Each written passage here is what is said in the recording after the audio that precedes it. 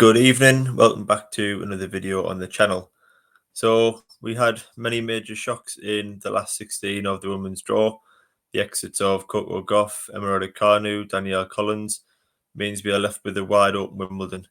And as nice as it is to watch the likes of Vekic and Arena Sabalenka and Coco Gauff compete at the back end of Grand Slams, I thoroughly enjoy watching new players, reach new heights and achieve their dreams of reaching the back end of majors. And I think it just highlights the quality of the WTA and how open these events are. There's been 9 different winners of this title in the past 10 years, which just highlights the quality of the WTA and the depth, and that anyone can win on any given day. So I'm going to look at the 4 remaining quarterfinals. I think we've got some brilliant matchups, some very close matches as well. So I'm going to give you my previews and predictions. First match we're going to look at is Donna Vekic against Lulu Sun. And just starting off with Vekic, she's had a very good run to the quarterfinal stage, the first time she's reached that stage at Wimbledon. Beat Paula Badosa in 3 sets in the last 16. She has reached 6 grass court finals, so she's a player that's accustomed to the grass. In my opinion, it's probably her strongest surface. Suits her big forehand, huge serve. She's very comfortable from the back of the court. She moves pretty well for a player of her height. She needs to make a high percent of first serves, in my opinion. She does make too many double faults. But I was quite surprised in the way the matchup played out against Paula Badosa. She broke her down from the back of the court. I don't think it was her cleanest performance, but she converted 4 out of 4 break points and she edged what with some very close games. I think Vekic is a player that can dominate from the back of the court. Could do with probably adding a little bit more variation to her game. But yeah, she's had a fantastic run up until this stage. Now on to Lulu Sun, who I'm assuming nobody has really heard of pre-Wimbledon, and she's came through the draw playing some fantastic tennis, brilliant wins over Zheng and Raducanu, and she absolutely lit up centre court the other day. Massive underdog against Raducanu. Obviously, centre court debut. Raducanu had all the crowd behind her and had recently beaten, Pegula, Sakari, Mertens on grass, so she was the heavy favourite. But Lulu Sun just came out and played lights out tennis and was a quite thrilling performance, in my opinion. She's came through to qualify, and it's an opportunity of a lifetime for her. She's playing without any real pressure on her back, being an unseeded player. And she had 52 winners against Emma Raducanu and played perfect grass court tennis. Lefty serve out wide, stepping into the court, unleashing huge forehands, cross court and down the line. The backhand looks very solid. Around the net, she's got real conviction and confidence and quality. Got brilliant hands, and she's a player that I thoroughly enjoyed watching. It was the first time I'd ever seen her play against Raducanu, and I was amazed by her quality. I don't think Raducanu particularly played a bad match. I could have done much different. Obviously, the slip for Raducanu didn't help when she had the momentum in the match, but there was no doubt about it that Lulu Sun dictated the majority of that match. She handled the pressure, and she's a player that just looks in great form and just knows how to play grass court tennis and utilise her skills. I think the fact that she's a lefty server as well and an unknown quantity to a lot of players is making players struggle to really read her serve and forehand. She wrong-footed Raducanu a lot, and there was a lot of balls where Raducanu was completely out of the picture. So she's a huge threat in this draw now.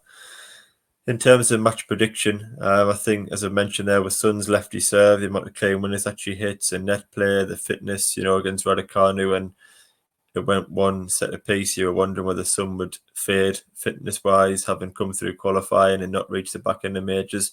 But if anything, she finished the match as stronger, and she got even better as the match went on and served it out brilliantly.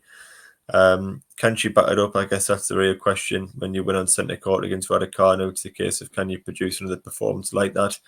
But in my opinion, from what I've seen of both these players in this tournament, I would make Sun a favourite, and it's going to be a very close match. But I just think with the amount of winners that Sun hits, you might edge this one in 3 sets. Moving on now to Jasmine Paolini against Emma Navarro. Emma Navarro knocking out Coco Gauff, which was a huge shock. Keys, who unfortunately had to retire. That Madison Keys and Jasmine Paolini match was brilliant. So many clean winners on backhand and forehand, both testing each other with variety and pace, and the athleticism in that match was brilliant. Madison Keys was dictating that last set, 5-2 up until she got injured, and Paolini capitalised on that and managed to get back to 5-5 before Madison Keys retired. Paolini came into this tournament as one of the informed players in the world. She had a great clay court tournament season, getting the final of the French Open. She reached the top 10 in the rankings for the first time. She then made semi-finals of Eastbourne on the grass, which was great preparation for her, transforming from clay to grass to get those matches in. I think Keys is a player that is so powerful, and when she's in rhythm, she's difficult for anybody on the tour to really negate. I think Navarro is actually a better matchup for Paolini. Paolini will have the power advantage in this matchup, and when she's trying to dictate, that's when she's at her best, in my opinion. When she's stepping inside the baseline, crushing forehands and backhands down the line, attacking the net, using her speed and power to really, thunder through the court. I think that's when we see the best of Jasmine Paolini. Navarro is a player that doesn't give anything away. She's got very good consistent depth. I think she's tactically excellent. She takes pace off the ball. So I think the key for this matchup is Paolini has to be very, very patient. You're not going to hit clean winners against Navarro off the first and second shot. I think you're going to have to really work for your chances, throw variety in against Navarro as well. And then when you get that short ball, a slight miss hit, then Paolini's going to have to step into the court and really rip winners because Navarro is excellent defensively and a brilliant counter-puncher. Just on Emma Navarro, I hadn't seen a lot of her, to be honest, pre-Wimbledon. I was very impressed with her against Coco Gauff. I think she'd done what she had to do. Coco Gauff had a real off day. I was surprised at how poor Gauff was in that match. I thought it was a match that she would win pretty comfortably. And I was actually shocked about the way Gauff folded in that second set. I think one of Gauff's biggest strengths over the past 18 months has been her tenacity, a fight, a will to win. The way that she problem solves is seen to get deep into majority tournaments that she's participated in. But against Navarro, she did sit with down tools. The forehand was way off, the timing. She was complaining her box after every point, and she just seemed completely disheartened and almost disengaged. And, Navarro capitalised on that. She just got balls back in court. She kept taking pace off. She kept getting the ball deep and wide. And Gauff just didn't have any answers, and Navarro ran out a comfortable winner in the end. I think Navarro's one thing she does very well. She doesn't let her opponents attack. She makes minimal errors, and as I mentioned there, she gets a lot of balls back into court in difficult places where players don't want to be playing aggressive shots from. And she attacks the net very well, being a doubles player.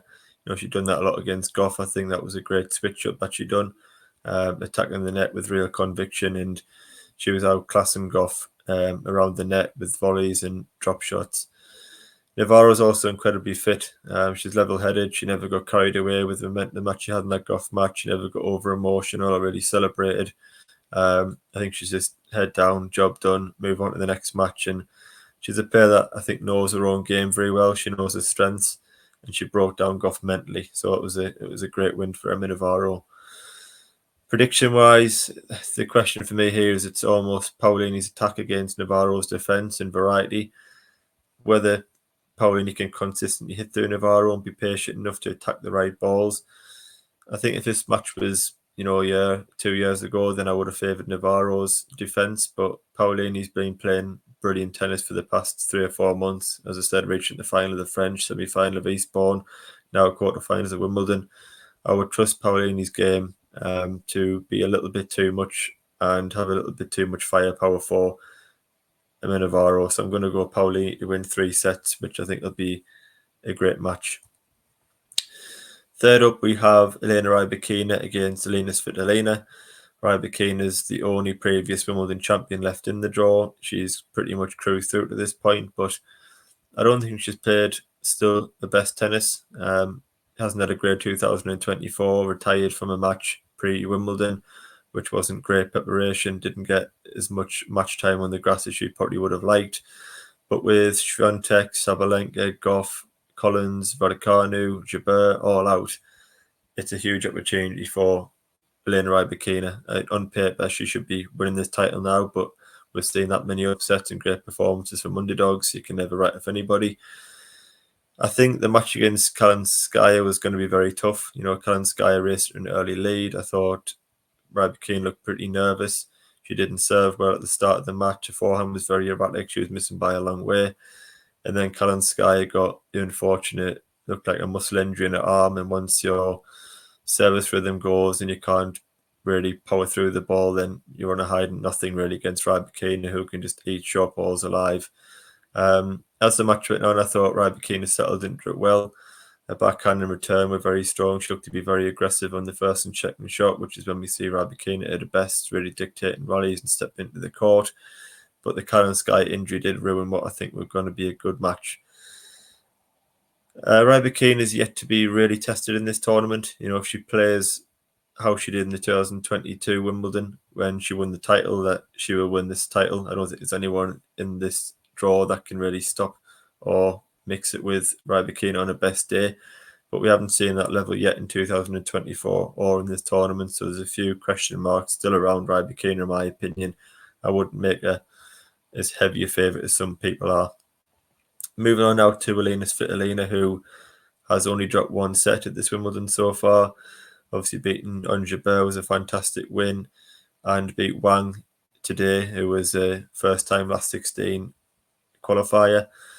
So Svitolina is, she produced a perfect performance against Wang for a last 16 match. 8 aces, 21 winners, saved 3 out of 3 break points, converted 4 out of 6 break points.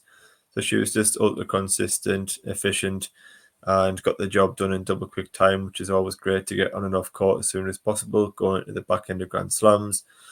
Svitolina has been a player that's been consistent in pretty much every slam in the last, 5 or 6, 7, 8 years, but she's just never had the tools or the confidence or match-winning performances to be able to get to that final stage. Perhaps this year will be the year with the draw opening up on every quarter. She's got a lot of experience at Wimbledon, and I think in this matchup it's key that Svitolina serves well. Rybakina is lethal on second serve return, and if Svitolina doesn't serve well, then Rybakina is going to dictate many rallies. We know Rybakina serves very strong as well, and you've got to find a way of neutralising the rally and stop Rybakina opening up on that forehand in the first and second shot and really getting on top and pushing you wide and deep and into the defensive corners. Svitolina's hitting the ball very well in this tournament. I've watched 3 of her matches. I think she needs to keep being aggressive. I think if you become passive against Rybakina and wait for mistakes and just try to throw variations, then she will hit through the ball. And if Rybakina even has a bad start, she can turn around sets in a matter of minutes with the power and precision that she possesses. I think if Svitolina can keep Rybakina wide and running and offer varieties to keep the ball low out wide, then she could extract enough errors from Rybakina. And in terms of prediction, I mean, it's very difficult to pit against Rybakina being the only Wimbledon champion left in the draw. But I just think Svitolina's got a lot of experience. She's playing very well. At some point, she has to break through and reach a semi-final of a major again. And from what I've seen of both these players in this tournament, I think Svitolina's played the better tennis. So I'm going to go with Svitolina to cause an upset and win in 3 sets. Moving on now to the last quarter-final match, we have Barbara Krejcikova against Elena Ostapenko. And Krejcikova produced a much better performance than she did in the last 16. I thought in the last 16 match she didn't serve well. She had a lot of double faults. The forehand looked wayward. She didn't get the depth and width that she usually does, and the consistency. Krejcikova is a player that is very hard to break down. She does the fundamentals very well. She's technically very sound. Good doubles player as well, which is suited to Wimbledon in and around the net.